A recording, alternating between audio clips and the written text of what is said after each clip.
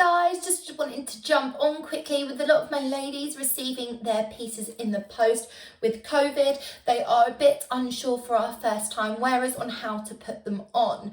So I just wanted to go through in regards to how to put your wig on. So there are a few things in which to bear in mind when putting on your wig. One is to create a smooth foundation underneath. So that is tucking in any bio hair underneath any form of caps that you might have, or any hair nets or some pins or anything like that, just to help keep your hair secure and in place underneath. The reason being is if you then put a wig on top of that, what then that does is creates an unsturdy foundation, and anything with an unsturdy foundation, if you put on something on top of it, it's not sturdy, it's not going to stay. So we really need to make sure that underneath's nice and contained. Another thing I would bear in mind too, as I just touched on, is the caps. There are lots of different caps that are available. I know these are my favourite ones, the fishnet caps, but I know nylon caps are a lot of people's favourite choice as well. I think these are just so much cheaper, and if you are wearing them all the time, your wig all the time, with the nylon caps, you'll find it just creates a little bit of security, really. It's a bit like a pop sock, I'd say, a very low denier pop sock. You might find the netted ones a little bit more breathable. But yeah, I'd start by securing all your hair in place underneath. I would then pop your cap on, just under. I'd suggest putting it on just behind the ears, making sure that it's obviously high enough.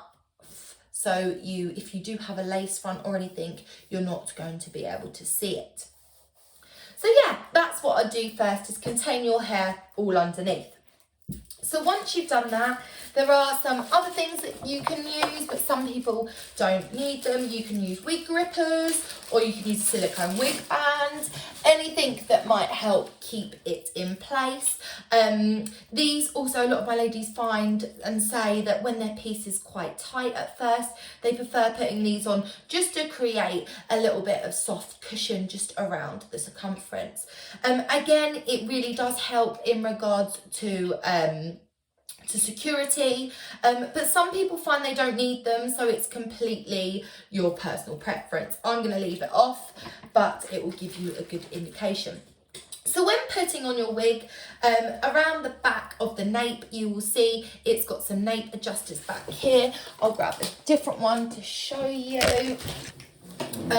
Not all of them come in a bra strap mechanism. Some of them can come in Velcro, they can come in, I've seen them in hooks, I've seen them elastic.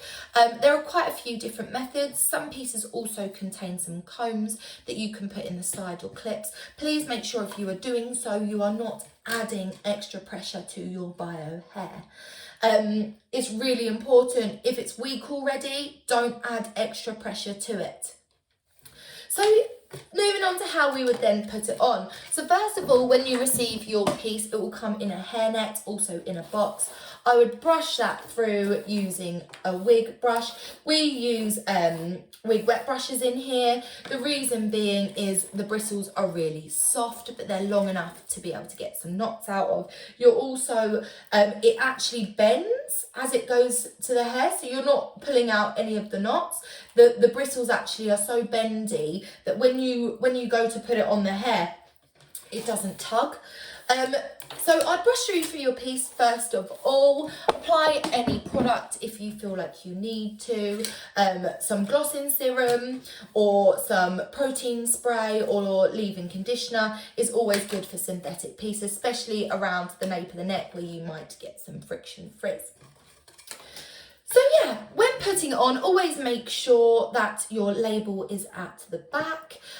You are working from front to back. So I'll be honest, there's no right or wrong way to put it on once it's on.